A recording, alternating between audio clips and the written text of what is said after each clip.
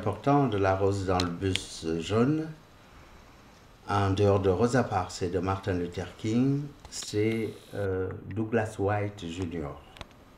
Douglas White Jr. apparaît donc comme le personnage qui veut s'asseoir à la place de Rosa Parks et qui est donc considéré comme un blanc. Or, pendant toutes mes recherches, que ce soit sur le terrain ou des recherches documentaires dans les bibliothèques, voire la bibliothèque du Congrès à Washington, je n'ai pas trouvé trace de ce personnage, de ce blanc qui voulait donc s'asseoir à la place de Rosa Parks. Aucune interview, aucun article, rien à son sujet. Et cela me préoccupait puisque ce blanc avait laissé un blanc dans l'histoire. Et il m'était insupportable de laisser perdurer ce vide, ce blanc. Et un jour, pendant mes recherches de terrain à Montgomery, en Alabama, j'avais pris l'avion à Miami.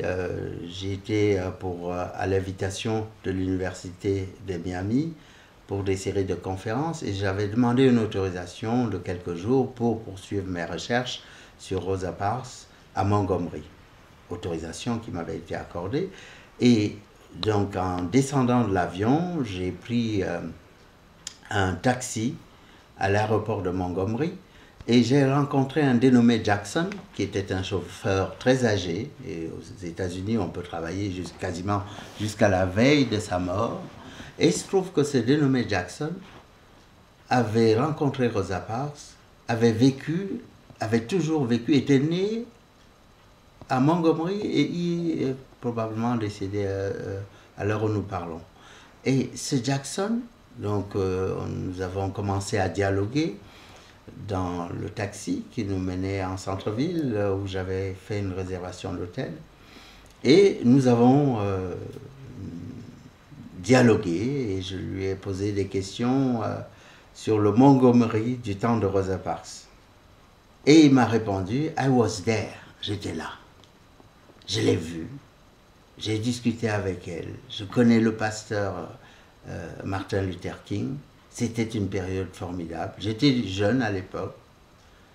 Et donc naturellement, puisque la question du blanc qui voulait s'asseoir m'intriguait, m'interrogeait toujours, je lui ai posé la question suivante.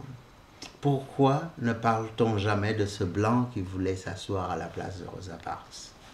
Et Jackson a failli lâcher le volant, on a failli faire une embardée. Il s'est tourné vers moi qui était assis à l'arrière et il m'a dit une chose qui a donc changé ma manière de voir.